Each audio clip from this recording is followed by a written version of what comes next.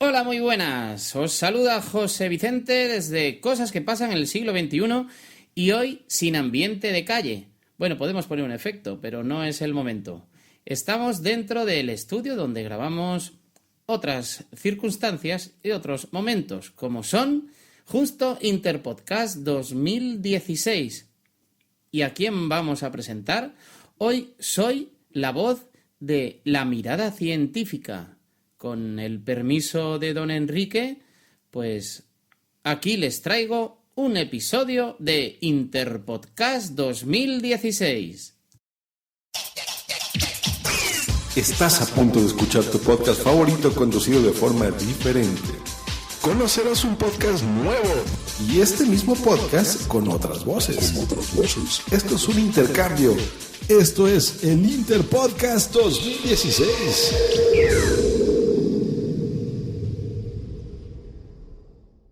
Escuchas el podcast Mirada Científica para Ciencia Puerto Rico. Pues sí, el podcast Mirada Científica lo podéis localizar en ebooks, lo tenéis también en Twitter como Mirada Científica y la verdad que todos los episodios son fantásticos, nos trae cosas que debemos de aprender, cosas de la ciencia, con lo que hoy José Vicente González, normalmente dirijo podcast en otras circunstancias y ahora me ha tocado ser don Enrique. El apasionante mundo de la ciencia. Conéctate con un científico y te estarás conectando con un niño. Ray Bradbury. ¿Cuántas veces hemos mirado a la ciencia desde diferentes perspectivas? Desde los comienzos de la humanidad, cuando el hombre se preguntó la primera vez ¿por qué llovía? La ciencia comenzó en aquellos tiempos y evolucionó hasta hoy, en donde nos sorprendemos todos los días con imágenes de satélite del espacio y grandes inventos que revolucionan nuestra vida diaria. Pero, ¿qué hay detrás de la ciencia? ¿Acaso solo los científicos pueden hacer ciencia? O más bien, todos llevamos un científico dentro. En casa, la ciencia está presente todos los días. Y hoy vamos a ver de qué manera y cuáles son las maravillas de la misma. Conozcamos la presión. Dentro de nuestras casas tenemos muchos dispositivos donde la presión de vapor funciona y queremos saber por qué viene dado. Vamos a aprender. La presión de vapor es la presión de la fase gaseosa o vapor de un sólido o un líquido sobre la fase líquida, para una temperatura determinada, en la que la fase líquida y el vapor se encuentran en equilibrio dinámico. Su valor es independiente de las cantidades de líquido y vapor presentes mientras existan ambas. Este fenómeno también lo presentan los sólidos, cuando un sólido pasa al estado gaseoso sin pasar por el estado líquido, proceso denominado sublimación o el proceso opuesto llamado sublimación inversa. También hablamos de presión de vapor. En la situación de equilibrio, las fases reciben la denominación de líquido saturado y vapor saturado. Esta propiedad posee una relación inversamente proporcional con las fuerzas de atracción intermoleculares, debido a que cuanto mayor sea el módulo de las mismas, mayor deberá ser la cantidad de energía entregada, ya sea en forma de calor u otra manifestación, para vencerlas y producir el cambio de estado. Inicialmente solo se produce la evaporación ya que no hay vapor, sin embargo a medida que la cantidad de vapor aumenta y por tanto la presión en el interior de la ampolla, se va incrementando también la velocidad de condensación, hasta que transcurrido un cierto tiempo ambas velocidades se igualan. Llegados a este punto se habrá alcanzado la presión máxima posible en la ampolla, presión de vapor o de saturación, que no podrá superarse salvo que se incremente la temperatura. El equilibrio dinámico se alcanzará más rápidamente cuanto mayor sea la superficie de contacto entre el líquido y el vapor, pues así se favorece la evaporación del líquido. Del mismo modo que un charco de agua extenso pero de poca profundidad se seca más rápido que uno más pequeño pero de mayor profundidad que contenga igual cantidad de agua. Sin embargo, el equilibrio se alcanza en ambos casos para igual presión. El factor más importante que determina el valor de la presión de saturación es la propia naturaleza del líquido, encontrándose que en general entre líquidos de naturaleza similar, la presión de vapor a una temperatura dada es tanto menor cuanto mayor es el peso molecular del líquido. Por ejemplo, el aire al nivel del mar saturado con vapor de agua a 20 C, tiene una presión parcial de 23 bar de agua y alrededor de 780 bar de nitrógeno, 210 bar de oxígeno y 9 bar de argón. Índice 1 medición y unidades 2 presión de vapor y punto de ebullición de un líquido 3 variación de la presión de vapor con la temperatura 4 importancia para el derecho ambiental medición y unidades la presión de vapor es medida en unidades estándar de presión. El Sistema Internacional de Unidades, SI, reconoce a la presión como una unidad derivada de la fuerza ejercida a través de un área determinada. A esta unidad se le conoce por el nombre de Pascal, Pa. Un pascal es equivalente a un newton por metro cuadrado, nm2 o kgm un segundo 2. La medición experimental de la presión de vapor es un procedimiento simple para presiones similares que estén entre 1 y 200 kPa. Resultados más exactos son obtenidos cerca del punto de ebullición de cada sustancia en particular y con índice de error más significativo en mediciones menores a 1 kPa. Con frecuencia, algunos procedimientos consisten en purificar las sustancias que son analizadas, aislando la sustancia deseada en un contenedor, evitando cualquier gas indeseado y midiendo la presión de equilibrio de la fase gaseosa de la sustancia en el sistema cerrado a distintas temperaturas. El uso de herramientas como un isoteniscopio genera una mayor exactitud en el proceso. Presión de vapor y punto de ebullición de un líquido. Un líquido está, a cualquier temperatura, en equilibrio con su propio vapor, cuando las moléculas de este están presentes en una cierta concentración. La presión que corresponde a esta concentración de moléculas gaseosas se llama presión de vapor del líquido a la temperatura dada. La presión de vapor de cada líquido aumenta con la temperatura. La temperatura para la cual la presión de vapor de un líquido iguala a la presión atmosférica se denomina punto de ebullición del líquido. A esta temperatura aparecen en el líquido burbujas de vapor que escapan de la superficie. Variación de la presión de vapor con la temperatura. Presión de vapor versus temperatura. Como una tendencia general, la presión de vapor de los líquidos a presión atmosférica se incrementa con el aumento en la temperatura de ebullición. Este fenómeno es ilustrado en el diagrama adjunto, que muestra para varios líquidos el comportamiento de su presión de vapor versus la temperatura. Por ejemplo, a cualquier temperatura, el cloruro de metileno tiene la más alta presión de vapor de todos los líquidos expuestos en el gráfico. También se observa la baja temperatura de ebullición del propano, cuya curva de presión de vapor, línea cian, se interseca con la línea horizontal correspondiente a una atmósfera en 41 C. Aunque la relación entre la presión de vapor y la temperatura no es lineal, el gráfico usa un eje logarítmico vertical para obtener una línea poco curva y así poder representar en un solo gráfico el comportamiento de varios líquidos. Importancia para el derecho ambiental. El índice de peligrosidad, IP, de una sustancia está determinado por el cociente entre la presión de vapor de la sustancia y su CMP, concentración máxima permitida, en condiciones estándar, 25 C y una atmósfera, por lo que esta propiedad nos permite analizar la viabilidad del uso de una sustancia para actividades determinadas, debido a que indica la probabilidad de que la misma se volatilice. Vamos a ver cómo la vaporeta forma parte de el ejemplo que nos ha leído Carlos tan amablemente, con que el experimento dentro de casa es el vapor. Pues sí, uno de los experimentos que podemos hacer en casa es trabajar con la presión. La presión la tenemos en las ollas a presión de cocinar y también en un instrumento o herramienta de trabajo para el hogar que se llama la vaporeta. ¿Os acordáis?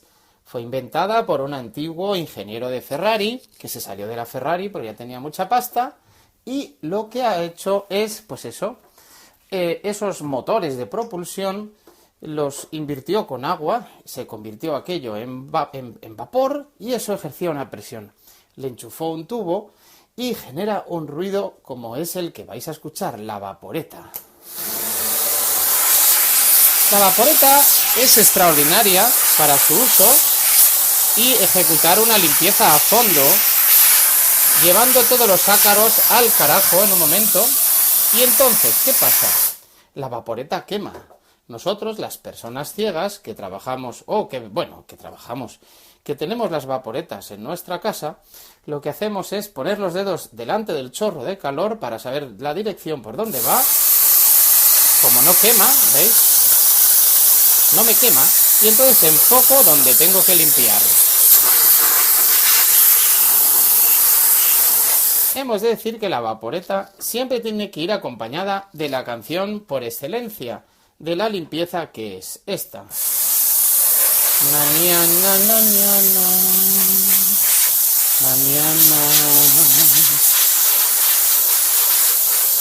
La verdad que da gusto trabajar con la vaporeta y es uno de los inventos del siglo XX y que desde luego le vamos a dar las gracias a Francesco Vaporetto, que fue el que, pues nos la trajo gracias a su carrera en Ferrari. Escuchas el podcast Mirada Científica para Ciencia Puerto Rico.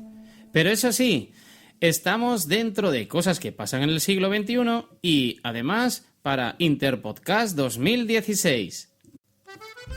La cicatrización, el efecto del tomate.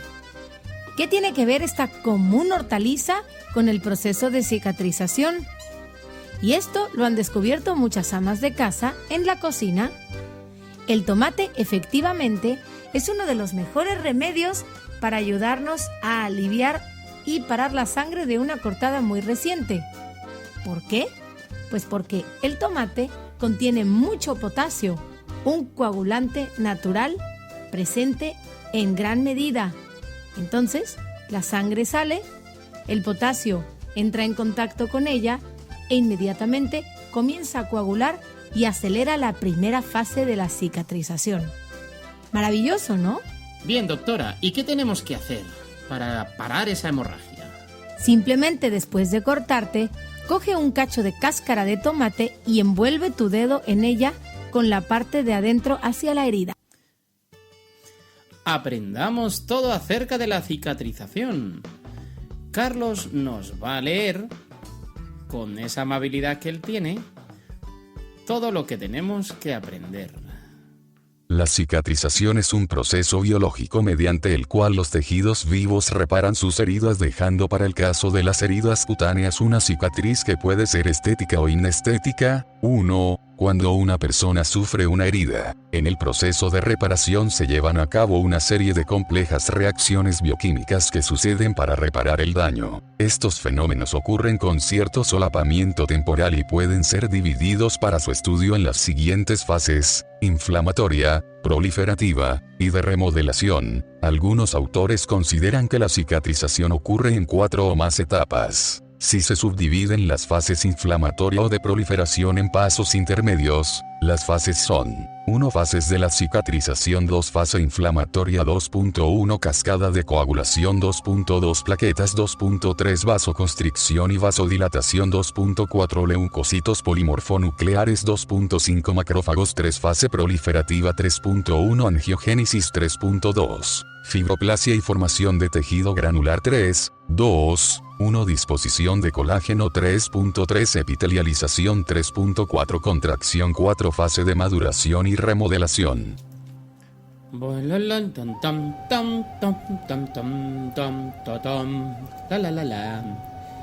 Qué rico me va a quedar esta carne con cebolla que estoy haciendo. ¡Ay! ¡Oh! Me cachis. Me acabo de cortar. Estoy en un sangrerío. ¡Oh! ¿Dónde está, por favor? Aquí. Ay, un tomate. Ahí como... sangre fuera. Os propongo ahora conocer el agua oxigenada. Estamos aquí, al ladito de nuestra fuente preferida, y este agua está pues tomando oxígeno, pero no es el mismo agua. Claro que no. Carlos nos va a adentrar en el mundo del agua oxigenada y nos va a ofrecer un truco. Para realizar nuestro experimento necesitamos agua oxigenada, de venta en farmacias, y unos mililitros de sangre. Si dejamos descongelar un trozo de carne en un plato podemos obtener suficiente sangre para realizar nuestro experimento. Añadimos la sangre a un vaso con agua oxigenada y vemos que se produce una reacción química con desprendimiento de gases que forman una espuma blanca. El agua oxigena se descompone, gracias a la sangre, en agua y oxígeno gaseoso, que forma la espuma blanca. Podemos reconocer el oxígeno si acercamos un fósforo. Los destellos de luz, mini explosiones, se producen por la combustión del oxígeno atrapado en la espuma blanca. El agua oxigenada se usa como desinfectante cuando se echa sobre una herida. La sangre contiene una enzima que actúa como un catalizador, acelerando la reacción de descomposición del agua oxigenada. Como muchas de las bacterias patógenas son anaerobias, no pueden vivir con oxígeno, mueren en la espuma blanca rica en oxígeno que se produce cuando la sangre de la herida actúa sobre el agua oxigenada. Hola, pues esto es como el jabón. Hace espuma, qué bueno. Bueno, como el jabón porque hace espuma y hace burbujas. Efectivamente, el agua oxigenada hace espuma porque con el contacto con la sangre, las moléculas de oxígeno del agua son atraídas por los glóbulos rojos de la sangre. Ya. De hecho, puedes tener razón en la idea de que se parece al jabón.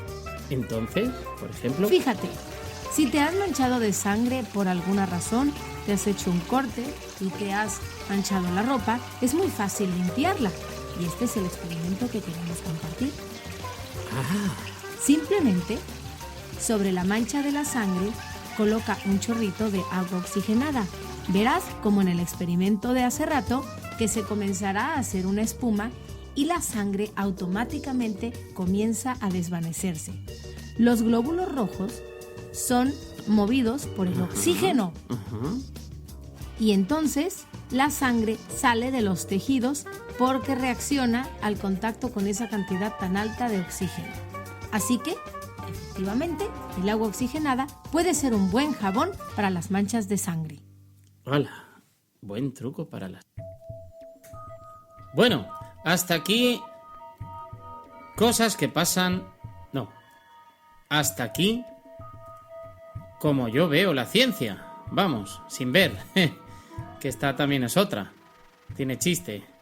Al ciego de los podcasts le toca justo la mirada científica.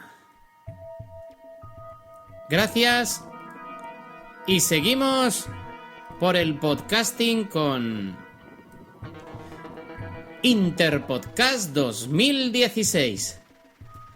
Perdona, Quique, Enrique, querido Enrique, doctor, y a todos mis respetos por lo que acabo de hacer con este podcast de 1 hora y pico. ¡Wow! Gracias a mis colaboradores, Carlos como voz sintética y Daniela Rubio como colaborador.